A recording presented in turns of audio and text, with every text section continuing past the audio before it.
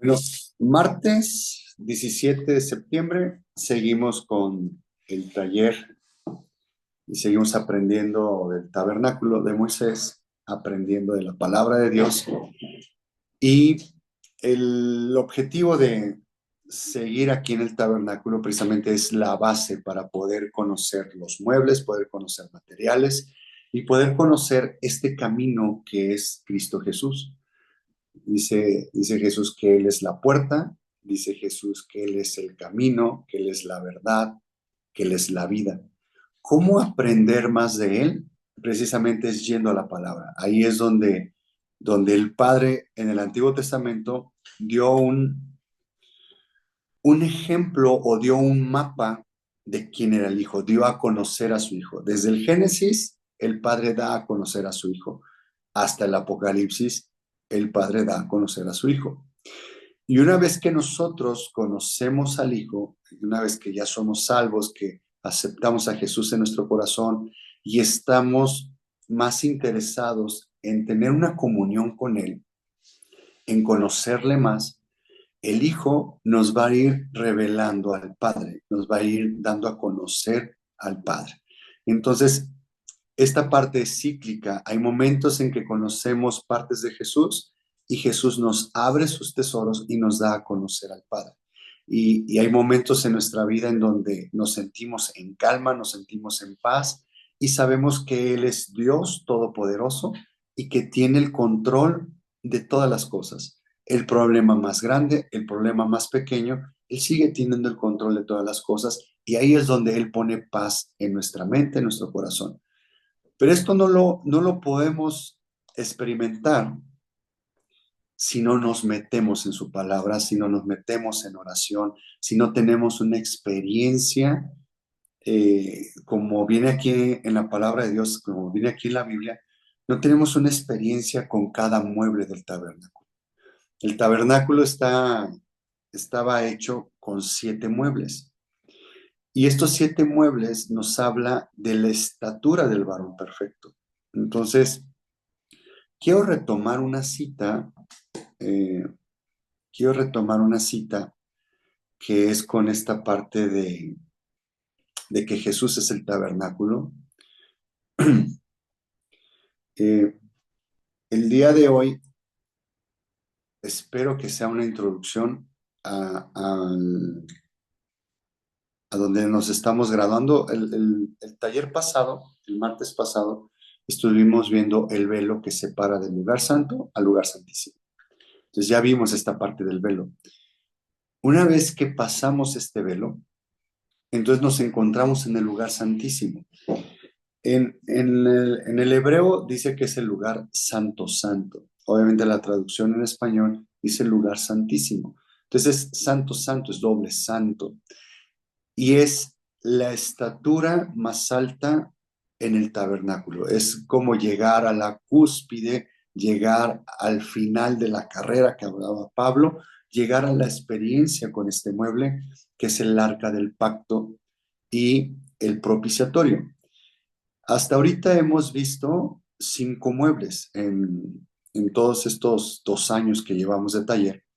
Hemos visto 5 muebles en resumen, ¿no? Porque hemos visto más partes del tabernáculo. Y en cada mueble que hemos visto el reflejo de Jesús, dónde está la naturaleza de Jesús ahí, y cómo es Jesús y cómo lo conocemos más y cómo tenemos esa experiencia con ese mueble. Ahorita vamos a entrar al mueble, a los 2 muebles que nos faltan, que es el arca del pacto y la tapa, que es el propiciatorio donde estaban los querubines. Estaban los querubines con sus alas, y esto es lo que tapaba el arca del pacto. Vamos a ver qué había dentro del arca del pacto. Eh, Vamos a ver cómo están hechas y qué experiencia hay aquí. O sea, una vez que ya tenemos las experiencias con estos 5 muebles, se supone que ya nos podemos graduar y tener la experiencia con estos 2 muebles que están en el lugar santísimo. En el lugar santísimo, ahí es donde estaba la presencia de Dios, donde estaba la gloria cabot, donde Dios se manifestaba al pueblo de Israel por medio del sumo sacerdote. Ahí estaba su gloria, ahí estaba su presencia, y él estaba en medio de todo el campamento, en medio de todo el pueblo de Israel. Entonces, es una figura en donde Dios está en el medio de todo. O sea, Dios es el centro de todo. Dios es el centro de nuestra vida. Nosotros dependemos totalmente de Él, ¿no? Y vamos a Hebreos 9:11, para retomar esta cita en donde Jesús es el tabernáculo. Y dice, Hebreos 9:11, dice, pero estando ya presente Cristo, sumo sacerdote de los bienes venideros, cuando dice que es Cristo el tabernáculo, cuando dice que es Cristo el sumo sacerdote, más adelante, ya que terminemos los muebles, después me voy a ir hacia afuera, vamos a ver cómo estaba reunido el campamento de Israel, qué tribus había ahí, qué condiciones era cada tribu, cómo estaban formados. Había 4 banderas que sobresalían en esas tribus, en esas 12 tribus, significado las banderas. Pero también vamos a ver a esta tribu de Leví, vamos a ver a los levitas, vamos a ver a los sacerdotes y vamos a ver la figura del sumo sacerdote. Entonces, el sumo sacerdote es una figura de Jesús, ¿no? Entonces, el sumo sacerdote era el intermediario de lo que indicaba el Padre, lo que indicaba la Gloria Cabot, lo que él instruía, lo que él dirigía al pueblo, era comunicado por medio del sumo sacerdote. Y el sumo sacerdote era la intermediación entre el pueblo de Israel y la presencia de Dios, donde hacía los sacrificios y derramaba esta sangre para cubrir y tener pendientes, o sea, tener perdonados los pecados o cubierto los pecados de todo el pueblo de Israel de un año, porque solamente el sumo sacerdote podía entrar una vez al año al lugar santísimo y esparcir la sangre del cordero. En este caso, le dicen chivo expiatorio, pero no era un chivo expiatorio, no era chivo, era un cordero. O era un carnero. Entonces, esparcía la sangre y era como quedaba en stand-by los pecados de todo el pueblo de Israel. Y Jesús era precisamente esa figura, ese sumo sacerdote de los bienes venideros. Sigo aquí en Hebreos 9:11. Dice, por el más amplio y más perfecto tabernáculo, no hecho de manos, es decir, no de esta creación. Está hablando de Jesús, está hablando que Jesús es el sumo sacerdote, que Jesús es el más amplio y más perfecto tabernáculo, no hecho de manos, es decir, no de esta creación. Ahí hay algo súper, súper tremendo de no de esta creación. Lo he medio platicado. Entonces, ¿de cuál creación o dónde fue hecho Jesús? O si Jesús es una cosa creada o o es el Hijo engendrado. Entonces, desde aquí podemos partir hacia un mundo diverso de lo que la Biblia nos muestra quién es Jesús. Realmente es el unigénito, el único en su género, es el primogénito, es el Hijo engendrado. Y nosotros somos criaturas, nosotros somos creación. Entonces, Él es el más perfecto tabernáculo. Entonces, lo que Moisés vio en el monte de Sinaí y que Dios le dijo, y haz el tabernáculo y haz las cosas como te fueron mostradas.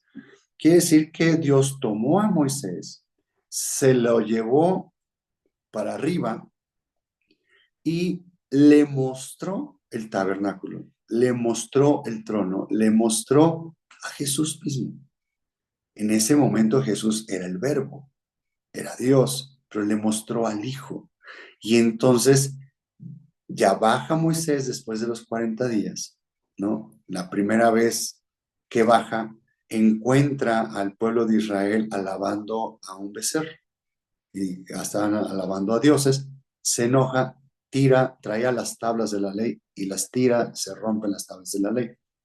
Y tiene que volver a subir Moisés al monte Sinaí y le vuelve, ya él alisa las tablas, escribe las tablas y ya baja con las tablas. Y regresa Moisés con su piel brillando, que le tuvieron que poner un velo también en su cara, porque la gente se deslumbraba, o sea, no podía verle la cara por lo tanto que le brillaba, entonces se ponía un velo, que tiene que ver con la clase pasada, también con el tema pasado de este velo, que es lo que cubre la gloria de Dios.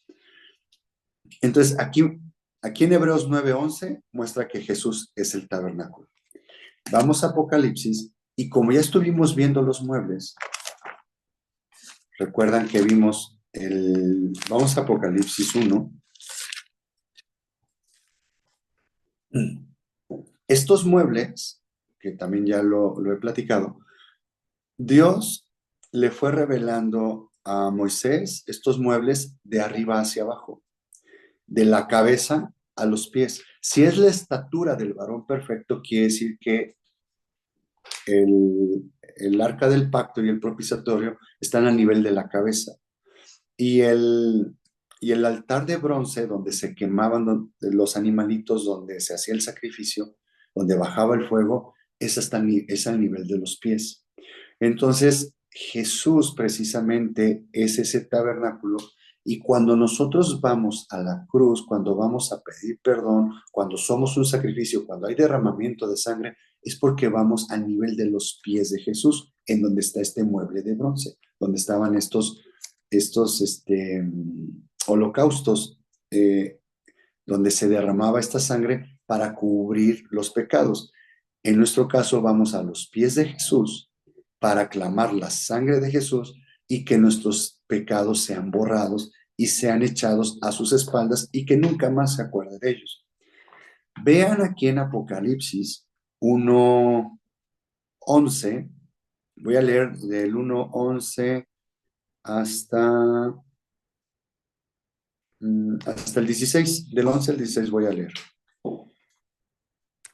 Perdón, voy a leer desde el 10 voy a leer porque ahí empieza, nos da más contexto a esta historia. Dice, yo estaba en el Espíritu en el día del Señor y oí detrás de mí una gran voz como de trompeta que decía, yo soy el Alfa y la Omega, el primero y el último. Escribe en un libro lo que ves y envíalo a las 7 iglesias que están en Asia, a Éfeso, Esmirna, Pérgamo, Tiatira, Sardis, Filadelfia y la Odisea. En el 12, aquí está hablando otra vez Juan, dice, y me volví para ver la voz que hablaba conmigo y vuelto vi 7 candeleros de oro. Aquí ya empieza a describir lo que él está viendo. La voz le dijo, yo soy el alfa y el omega, el primero y el último. ¿Quién está hablando aquí con Juan? Está hablando Jesús. Entonces, es esa voz. Dice que se da la vuelta para atrás para ver la voz que hablaba conmigo. ¿Cómo vas a ver la voz? Está bien interesante. Entonces está viendo a Jesús. Y lo primero que ve, dice que ve 7 candeleros de oro. Si ya vimos el mueble del candelero aquí en el tabernáculo de Moisés y vemos que es la palabra, ¿no? Que es el verbo. ¿Qué es Jesús? Pues el verbo es la palabra. Y ves 7 candeleros. El 7 recuerden que es el número perfecto. Entonces es la palabra perfecta, es Jesús, es el verbo, es la verdad, verdad.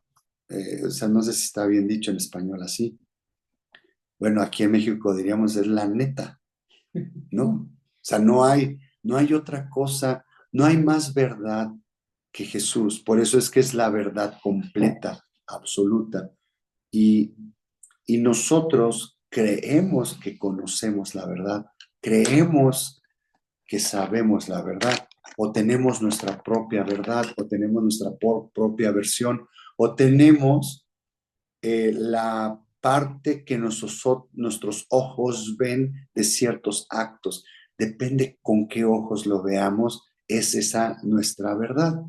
Tenemos una verdad sesgada, tenemos una historia que nosotros la vamos armando conforme nos va conviniendo, como nos conviene, ¿no? Entonces realmente no tenemos la verdad absoluta y por eso es que no estamos capacitados para ser jueces. Nosotros no podemos juzgar a nadie, no podemos etiquetar a nadie. Aquí dice que es 7 candeleros de oro, es la verdad absoluta. Cuando en otra parte, cuando dice que Él es el amén, amén, amén es así sea.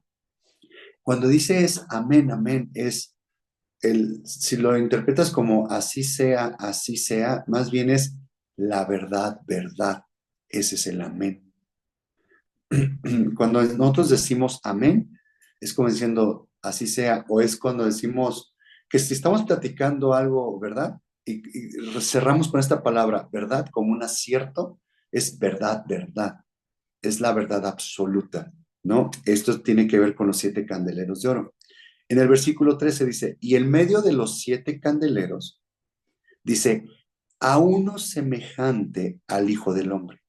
Aquí, Hijo del Hombre, perdón, la H está con mayúscula, está hablando de Jesús. Dice que está el Hijo del Hombre, dice, vestido de una ropa que llegaba hasta los pies. Recuerden que explicamos en el tabernáculo que alrededor del tabernáculo estaba cubierto con lino, con mantas de lino fino, de lino blanco. Todo alrededor del tabernáculo estaba cubierto. Y dice que él estaba con una ropa llegada hasta los pies. O sea, es esa cómo estaba circulado el tabernáculo. Está hablando de ese lino. Dice, y ceñido por el pecho con un cinto de oro. En el pecho un cinto de oro, recuerden, en el lugar santo estamos hablando del altar de bronce, de la oración. Recuerdan que cuando les expliqué este mueble, la experiencia es que es la oración de nosotros, de estar platicando con Dios, estar quemando incienso y le estamos hablando al corazón. Habla sobre este cinto de oro. Es el altar del mueble de oro, el altar del incienso, ¿no? Luego el 14, su cabeza y sus cabellos eran blancos como lana, como nieve, sus ojos como llama de fuego. Ya está hablando a nivel de la cabeza y estamos hablando que en la cabeza estaba la presencia, estaba la presencia de Dios y estaba la gloria cabot. Eran esos rayos de luz, esos rayos de sol. Sigo leyendo. En el 15, y sus pies semejantes al bronce bruñido, refulgente como en un horno, y su voz como estruendo de muchas aguas. Detengámonos tantito aquí, sus pies semejantes al bronce bruñido, refulgente como en un horno. ¿Cuáles sus pies? El altar de bronce, donde se quemaban los sacrificios. Por eso dice que semejantes al bronce bruñido. Ahí es donde estaba el fuego constante. Ese altar de fuego donde siempre tenía que estar ardiendo y los sacerdotes, el sumo sacerdote, no habían de dejar que el fuego se acabara. Eso también ya lo expliqué en ese mueble. Entonces, vean cómo aquí en Apocalipsis están describiendo, Juan está describiendo a Jesús y está describiendo al tabernáculo, ¿no? Dice, y su voz como estruendo de muchas aguas. En el 16, tenía a su diestra 7 estrellas, está hablando del candelero, del lado derecho, de la diestra de Jesús, ¿no? Dice, de su boca salía una espada aguda de 2 filos. Esto de que de su boca salía una espada aguda de 2 filos, ahorita es cuando vamos a explicar qué es lo que había en este altar. Está hablando que su boca es la cabeza, y si está hablando de una espada aguda de 2 filos, ¿de qué está hablando? Está hablando de su palabra, está hablando de la ley.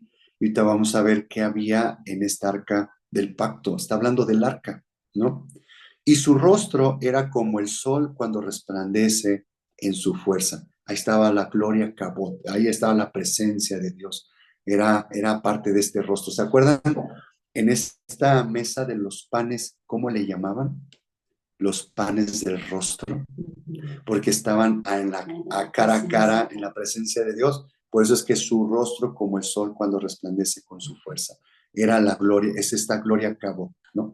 Y luego, pues ya la experiencia que le toca a Juan, ¿no? Juan era súper espiritual cuando ve a Jesús como el Rey de Reyes y Señor de Señores, como este tabernáculo, ¿no? No hecho de manos.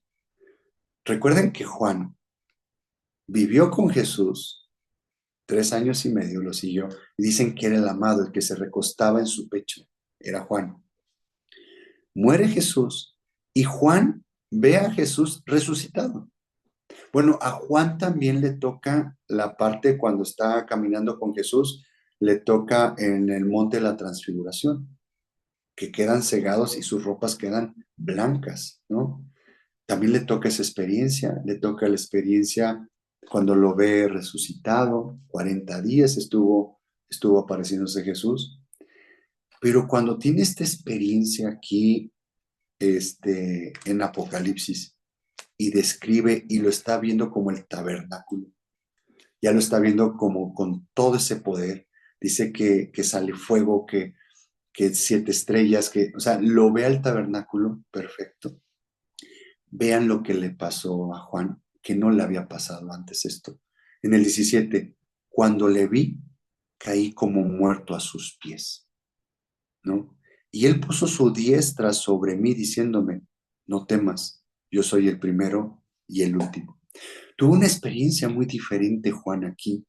O sea, cuando creemos nosotros que sabemos algo de Dios, ¿cómo? O sea, otra vez me vas a hablar del tabernáculo. ¿Cómo otra vez vas a hablar de salvación? ¿Cómo? Pues ya sé esa historia. ¿Cómo me platicas de David si ya lo sé? Yo te preguntaría, ¿de veras ya lo sabes? Tienes una pequeña información. El ejemplo está aquí con Juan. ¿Cuántas veces no han leído esta parte ustedes de Apocalipsis y no lo habían entendido de esta manera? De que Juan había tenido múltiples experiencias con Jesús. Se recostaba en su pecho. ¿Y cómo es que de repente lo ve de esta manera y cae a sus pies como muerto? Literal, uno muere en la presencia de Dios. ¿Qué es lo que muere? Quiere decir que todavía había carnalidad. Pero recuerden que Juan estaba en el Espíritu. Dice, yo estaba en el Espíritu en el día del Señor y oí detrás de mí una gran voz como de trompeta. Él ya estaba en el Espíritu. ¿Cómo es que se murió en el Espíritu? ¿Se dan cuenta de este tipo de experiencias? ¿Cuántas experiencias han tenido con Dios? ¿Cuántas experiencias no tuvo Juan con cada parte de estos muebles que hemos visto? Llevamos 2 años hablando de cada uno de estos muebles.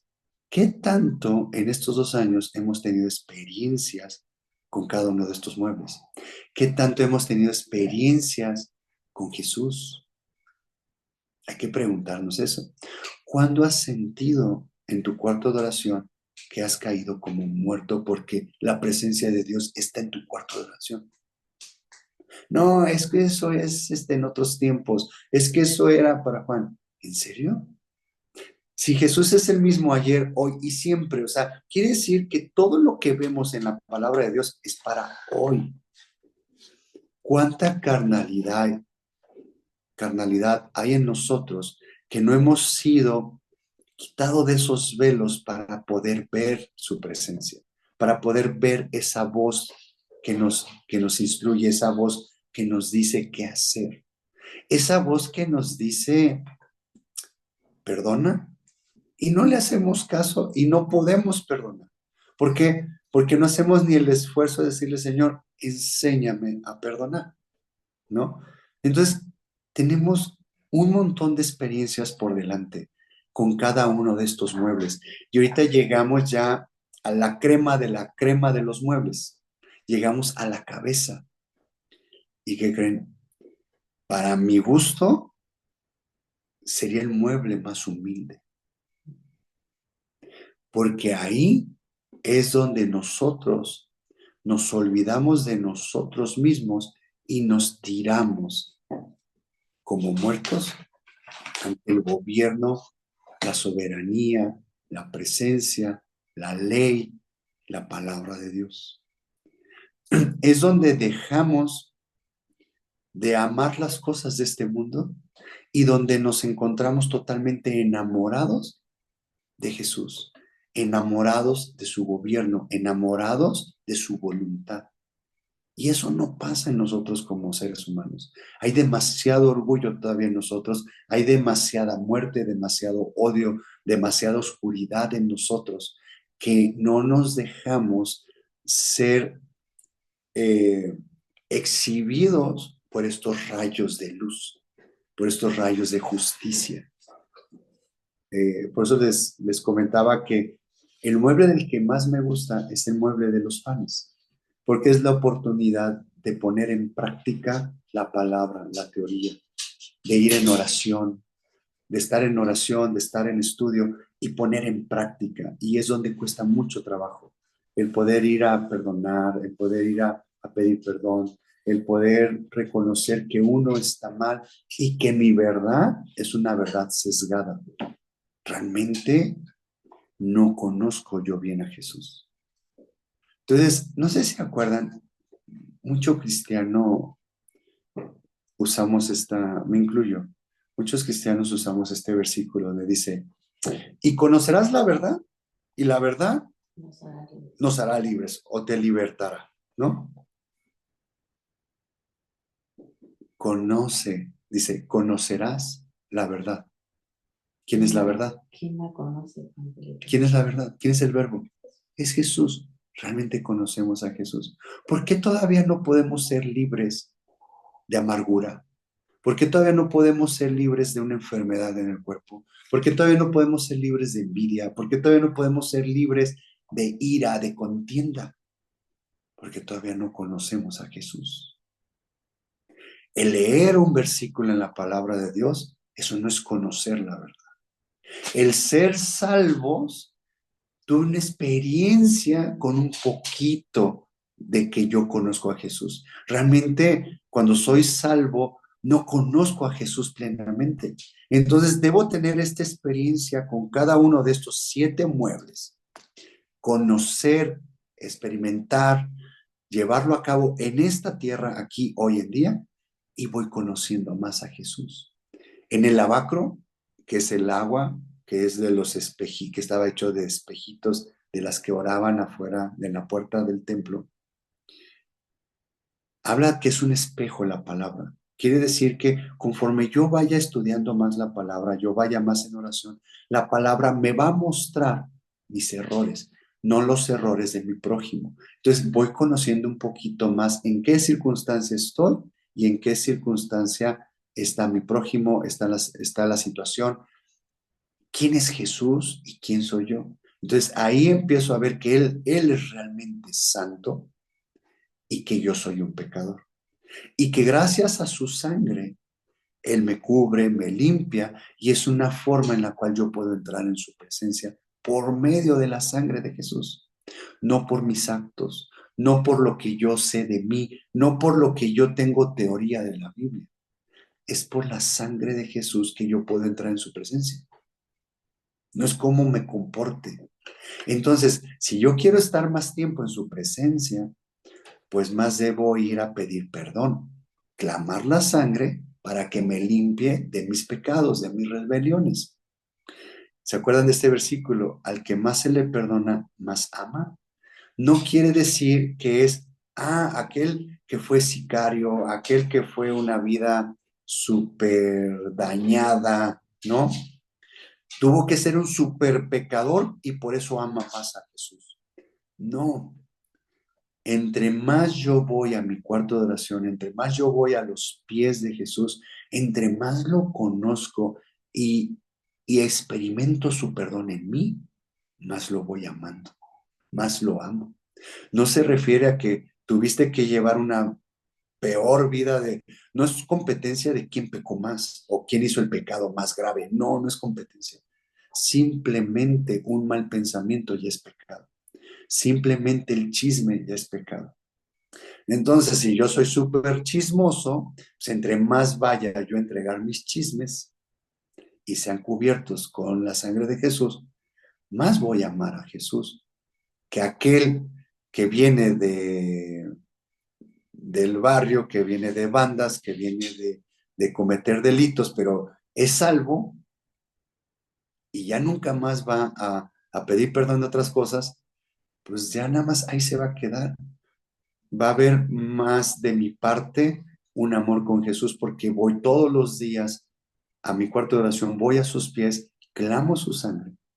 Entonces va a haber, de mi parte va a haber más amor, va a haber más agradecimiento que esa persona que es salvo ya nada más, pero no tiene un esfuerzo por ver qué es lo que le gusta a Jesús. Entonces, este mueble que estamos viendo, es entrar al nivel de la cabeza de Jesús, ¿no? Pero les decía que es el mueble más humilde, en el sentido en donde le llaman al propiciatorio, que era la tapa del arca del pacto, le llaman propiciatorio y estaba de hecho de oro puro, y le llaman la tapa de la misericordia. Aquí es donde hay toda la misericordia. Aquí es donde el sumo sacerdote esparcía la sangre una vez al año y el propiciatorio era cubierto de esa sangre. ¿Para qué? ¿Qué era lo que tapaba la sangre en ese día en específico? ¿Por qué tenía que el sumo sacerdote esparcir la sangre ahí en el propiciatorio? Si la sangre era para tapar los pecados, si la sangre ahorita es para limpiarme de mis pecados, ¿por qué iban y ponían la sangre en el propiciatorio donde estaba la cabeza de Jesús, donde estaba el lugar santísimo, donde estaba lo más santo de lo santo? Entonces, ¿por qué, por qué era ahí, este, la sangre tenía que estar ahí? ¿Qué era lo que cubría? Si se supone que es el lugar santísimo, quiere decir que ahí no había pecados. Pues vamos a ver qué había dentro de esta arca. ¿Les parece bien? Entonces, miren, vamos a Éxodo, regresamos otra vez ya al tabernáculo, Éxodo 25, y es en el versículo 10. Éxodo 25, versículo. Entonces, mira, dice: harás también un arca de madera de acacia, cuya longitud será de 2,5 codos, su anchura de 1,5 codos y su altura de 1,5 codos. Y cubrirás de oro puro por dentro y por fuera, y harás sobre ella una cornisa de oro alrededor. Fundirás para ella 4 anillos de oro que pondrás en sus 4 esquinas, 2 anillos a un lado de ella y 2 anillos al otro lado. Harás unas varas de madera de acacia, las cuales cubrirás de oro, y meterás las varas por los anillos a los lados del arca para llevar el arca con ellas. Recuerden cuando el arca la llevaban encima de los hombros y el arca tenía que quedar encima de la cabeza de los levitas.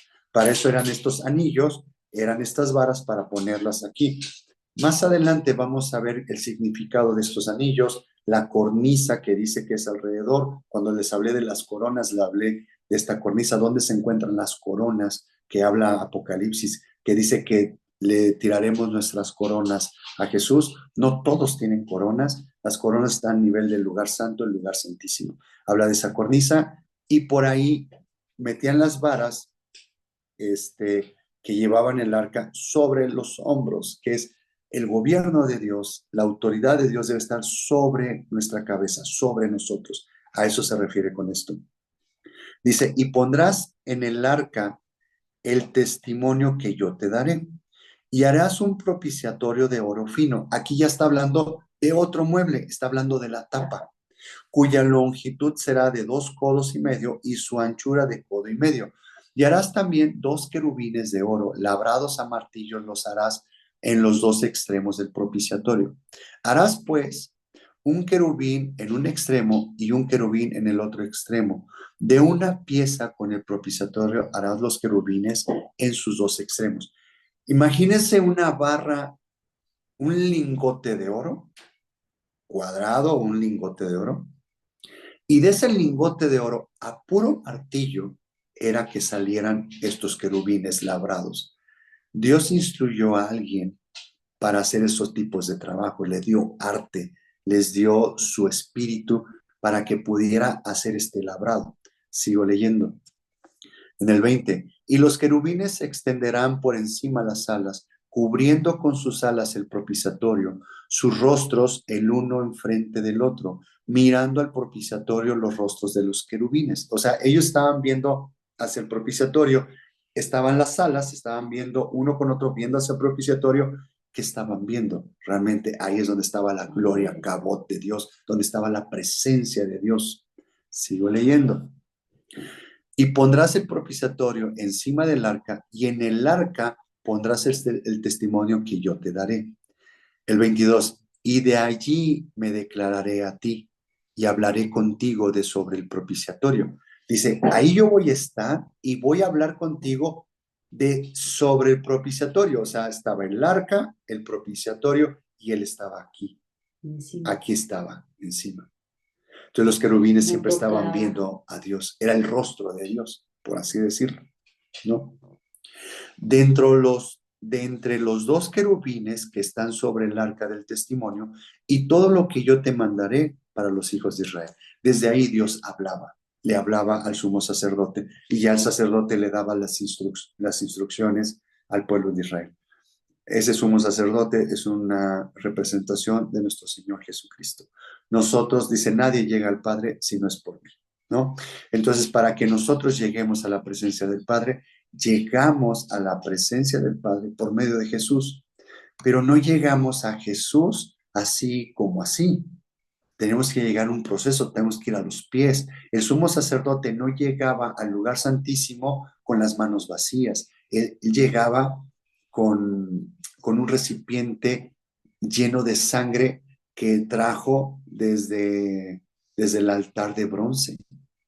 Todo ese caminar, el atrio, lugar santo, lugar santísimo, él traía ese recipiente con la sangre y la traía bien, bien cuidada. Y cuando él llegaba al lugar santísimo y llegaba y ahí pronunciaba el nombre de Jehová y le esparcía la sangre 7 veces o la esparcía, pasaba algo tan misterioso que esa sangre, imagínense, yo cuando sabía menos,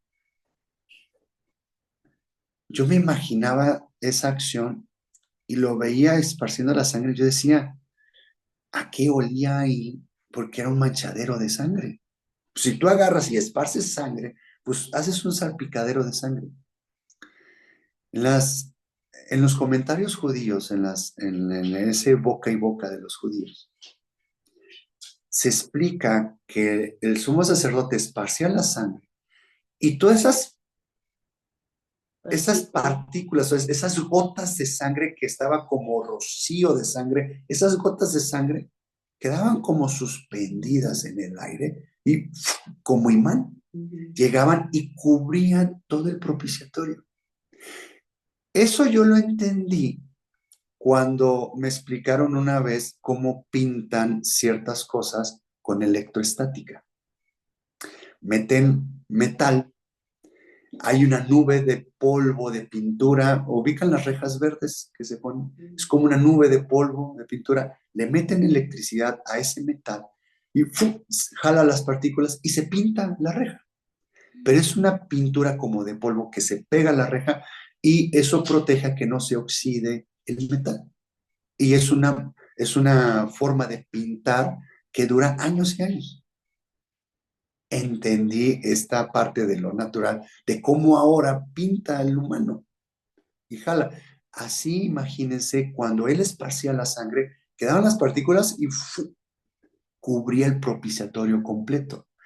¿Qué es? Entonces estaba cubierto el propiciatorio de sangre y la presencia de Dios estaba aquí y las alas aquí. ¿Qué es lo que cubría?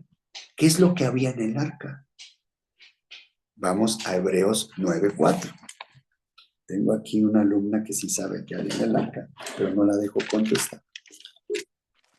Hebreos 9:4. Entonces vamos a ver qué nos dice la Biblia. No digan que Nada más ando diciendo porque sí. Vamos a leer desde el 3, no, desde el 1, 9:1. Hebreos 9:1. Ahora bien, aún el primer pacto tenía ordenanzas de culto y un santuario terrenal. Está hablando que eran los sacrificios, está hablando del pacto de la ley. Porque el tabernáculo estaba dispuesto así. En la primera parte, llamada el lugar santo, estaban el candelabro, la mesa y los panes de la proposición. En el 3, tras el segundo velo estaba la parte del tabernáculo llamada el lugar santísimo. Y dice aquí en el 4, en el cual tenía un incensario de oro y el arca del pacto cubierta de oro por todas partes, en la que estaba una urna de oro que contenía el maná, la vara de Aarón que reverdeció y las tablas del pacto. ¿Qué es lo que estaba allá dentro del arca? Dice que estaba una urna de oro con maná, que estaba la vara de Aarón que reverdeció y las tablas del pacto. ¿Qué tablas estaban ahí adentro? Aquí ya me levantaron la mano. Entonces imagínense, esta arca fue hecha de madera de sitín, que es un reflejo de Jesús el hombre, de esta, de esta madera con espinas, ¿no? De ahí es donde sale la corona de espinas. Habla de la humanidad de Jesús, pero era limpia, era pura, era santa. Y era por fuera recubierta de oro y por dentro recubierta de oro. No sé si se acuerdan lo que hizo Noé con el arca, que la calaja y le puso brea por fuera, brea por dentro. Tiene un significado. Y aquí es oro, es la divinidad. Espero llegar en algún momento a explicarles qué representa esta cubierta exterior y la cubierta interior. Tiene que ver con el león y el cordero. Después les voy a explicar. Entonces, la hicieron, esta arca la hicieron, y vámonos a Éxodo 37 para que vean quién la hizo. Éxodo 37:1. Éxodo 37:1 dice, hizo también Bezalel el arca de madera de acacia, su longitud era de 2,5 codos y su anchura de 1,5 codos y su anchura de 1,5 codos. ¿Se acuerdan que Moisés, cuando se le apareció la zarza ardiendo y que le dijo, tira tu vara al suelo, y que se convirtió en una serpiente, y después la tomó por la cola la serpiente y se convirtió otra vez en una vara? Y no sé si tengan ustedes en su imagen que cuando Moisés levantó la mano con la vara y se abrió el mar, esa le llaman la vara de Jehová, ¿no? Y hay muchas imágenes en donde esta vara más bien lo ponen como un palo largo. ¿De qué tamaño era la vara? Si esta vara estaba aquí adentro, dice que el arca medía 1,5 codos y 1,5 codos. ¿De qué tamaño era la vara? Pues era un poquito menos del 1,5 codos. Un codo son 45 centímetros. 1,5 codos, 45, la mitad 22. O sea, era como de 60 y tantos centímetros la vara de Moisés. Para que se quiten esa imagen que traía un bastón largo. No era un bastón largo, era una vara pequeña de unos 60 y tantos centímetros, que era la vara de Dios. ¿La misma que la de Aarón? Y esa vara pasa a manos de Aarón. Okay. Y esa vara la ponen en el lugar santo y dice que reverdece, y ahí es cuando confirma Dios quién era la cabeza, quién iba a dirigir al pueblo de Israel en el desierto. También voy a explicar esa parte después. Pero para que vean el tamaño y vean lo importante de lo que es leer la palabra de Dios, ¿no? Entonces, Bezalel hizo esta arca, y aquí habla del tamaño. Versículo 2 dice, y la cubrió de oro puro por dentro y por fuera, y le hizo una cornisa de oro en derredor. Y aquí empieza otra vez a explicar, y después habla cuando hizo los querubines a martillo. Y es lo mismo que teníamos en Éxodo 25. Después voy a regresar a Éxodo 37 para ver otras cosas sobre este asunto. Ahora recuerden, miren, estoy en tiempo para explicar esto. Yo cuando empecé a estudiar tabernáculo, que fue hace muchos años, muchos son muchos, había algo que yo había escuchado pero no lo entendía. Y de entrada, cuando me explicaron a mí el arca del pacto, cuando yo empecé a estudiar el arca del pacto, nunca me explicaron esto que yo les voy a decir. Me costó años identificarlo, pero hoy de introducción, se los voy a decir. Si dice en Hebreos 9:4 lo que había dentro, que era la urna de oro con maná, la vara de Aarón y las tablas. Las tablas. Y bueno, después veremos el tema del rollo. Pero estas tablas, ¿cuáles tablas estaban aquí adentro? Porque les voy a dar un dato. Moisés subió una vez, 40 días, 40 noches, baja, ve que está destrampado el pueblo de Israel, se enoja y tira esas tablas y las rompe. Dios le dice, alízate tú las tablas y ahora sube otra vez 40 días, 40 noches. Dice, y después Moisés baja con las tablas, con otras tablas, pero esas ya no las rompe. ¿Qué tablas estaban dentro de esta arca? Las rosas. Entonces, correcto, respuesta correcta. Estaban las tablas rotas, ¿no? ¿Y dónde estaban las otras tablas que no estaban rotas? Chan, chan, chan, chan. No, en la otra arca no está. Había otra arca. En la otra arca. Había dos arcas. Sí, la que... Había dos arcas. Yo esto al principio no lo sabía. Me costó muchos años saberlo. Había dos arcas. Si tú lees la Biblia así de corrido, no vas a identificar que había dos arcas. Pero bueno, ya les dije aquí, Éxodo 37, hizo también Bezalel. Bezalel es cuando Dios le da, pone su espíritu en él y pone todo el arte en él. Y él es el que empieza a diseñar y empieza a hacer todos los muebles. Dios puso arte en él, ¿no? Tremendo. Y vamos a Deuteronomio 10. Vamos más adelante. Y vean este detalle. Y a ver si primero Dios abra sus ojos y puedan ver esto. Deuteronomio 10:1 dice, en aquel tiempo Jehová me dijo, aquí está hablando Moisés, lábrate 2 tablas de piedra como las primeras y sube a mí al monte y hazte un arca de madera.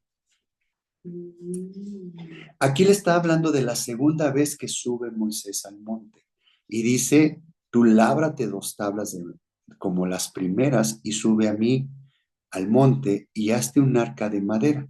Dice, y escribiré en aquellas tablas las palabras que estaban en las primeras tablas que quebraste y las pondrás en el arca. Entonces, pudiéramos confundirnos que en esta arca que tenía la tapa del propiciatorio, pudieran estar estas tablas que no estaban rotas. Ahorita les voy a dar más información.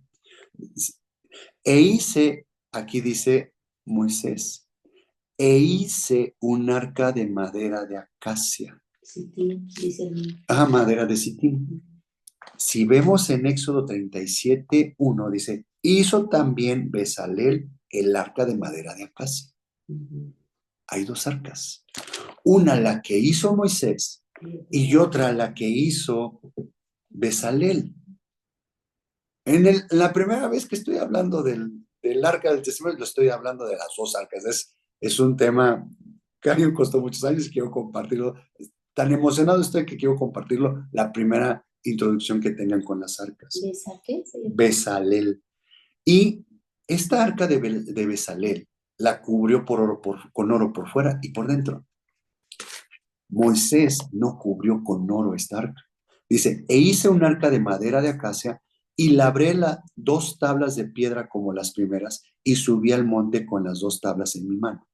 Y escribió en las tablas, conforme a la primera escritura, los 10 mandamientos que Jehová os había hablado en el monte del medio del fuego, el día de la asamblea, y me las dio Jehová. Y volví y descendí del monte y puse las tablas en el arca que había hecho. Y ahí están como Jehová me mandó. Pero también las hizo Jehová entonces. Las tablas las escribió Yo, con el dedo de Dios. Cuando dice pero que fueron dos, escritas con dedo de Dios, Moisés subió con las tablas ya alisadas, ¿no? Pero no las escribió. Y dice, y tú vas a escribir, si leemos en Éxodo, creo que es 34 por ahí, dice, y tú lo vas a escribir. Pero por otro lado dice que fue escrito con el dedo de Dios. Tengan esta escena, tengan esta escena. Escribió Moisés agarrado del dedo de Dios. ¿Por qué creen que bajó la segunda vez todo iluminado? Él tuvo otra experiencia. ¿Por qué creen que esas segundas tablas Moisés ya no las rompió? Ya le costó. Porque le costaron, tuvo una experiencia superior con Dios. ¿Por qué nosotros de repente ya no rompemos la ley de Dios? ¿Por qué cuando somos recién cristianos y somos salvos, por qué si seguimos chismeando, si seguimos ofendiendo gente, si nos seguimos burlando de gente? ¿Por qué no hemos tenido una experiencia todavía más allá con Dios? Pero conforme vamos a tener una experiencia más con Dios, ya tratamos de no quebrar su ley, de no quebrar esos 10 mandamientos, porque ya tenemos una experiencia, ya nos va costando, ya no nos es tan fácil hablar mal de la gente, ya nos es más fácil perdonar a la gente, ya es más fácil no retener las ofensas de la gente, porque estamos cubiertos con la sangre de Jesús. Entonces, cuando vienen las ofensas de la gente, estamos cubiertos, esa ofensa ya no penetra, se nos resbala, porque estamos cubiertos con la sangre de Jesús. Entonces, aquí ya les doy este tip, que había 2 arcas. En la palabra de Dios dice que el arca de Bezalel la cargaban, iban encima de los hombros, ¿no? Pero hay otra, iba, después cuando les voy a dar, les doy este dato ahorita para que lo tengan registrado, porque cuando les empiece a hablar de cómo iban agrupados el pueblo de Israel, cómo iban marchando, iban 6 tribus adelante, el arca del pacto en medio y 6 tribus atrás, de las 12 tribus. Entonces, la arca que iba en medio era la de Bezalel, que iba arriba de los hombros de los levitas. Pero después dice ahí que el arca iba delante de ellos 3 días buscando descanso. Eso está, búscame ese versículo, se lo tengo que dar ahorita, en Éxodo, y dice que iba buscándoles descanso. Déjenme ver dónde está. Iba delante de ellos desde, no, debe estar en Números. A ver si me encuentras ese versículo. Porque Moisés decía, levántate, oh Jehová, y sean esparcidos tus enemigos. Números 10:33. Números 10. Números 10:33. A ver si es ese. ¿Sí es? Aquí está. Sí. Dice, Números 10:33, dice, así partieron del monte de Jehová camino de 3 días, y el arca del pacto de Jehová fue delante de ellos camino de 3 días, buscándoles lugar de descanso. Ese lugar de descanso, dice, es una morada, es un matrimonio, buscando un matrimonio. Entonces, ¿cómo es que iban con el arca en el medio? ¿Y cómo es que aquí decía que el arca iba delante de ellos? ¿Quién cargaba esta arca? Nadie, iba sola. Era el arca de madera. Entonces, luego decía aquí 34, y la nube de Jehová iba sobre ellos de día desde que salieron del campamento. Cuando el arca se movía, Moisés decía, levántate, oh Jehová, y sean dispersados tus enemigos, y huyan de tu presencia los que te aborrecen. Y cuando ella se detenía, decía, Vuelve, oh Jehová, a los millares de Israel. Oye, Descansaba el arca bajaba. Imagínense esa experiencia tan tremenda de verlo cuando se empezaba a mover el campamento y que Moisés decía, levántate, oh Jehová, y sean dispersados tus enemigos. Cuando esta arca se levantaba, iba por delante, esta arca era de madera, era humilde, y ahí adentro iban las tablas no rotas. ¿Quién es la figura de las tablas no rotas? ¿Es el Cristo o es Jesús resucitado? ¿Quién es la referencia de las tablas rotas? El Cristo crucificado, Jesús crucificado. ¿Qué significan estas tablas rotas? Que nosotros rompemos la ley de Dios, nosotros rompemos la voluntad de Dios, no hacemos lo que Dios nos dice que hagamos y siempre estamos rompiendo la ley.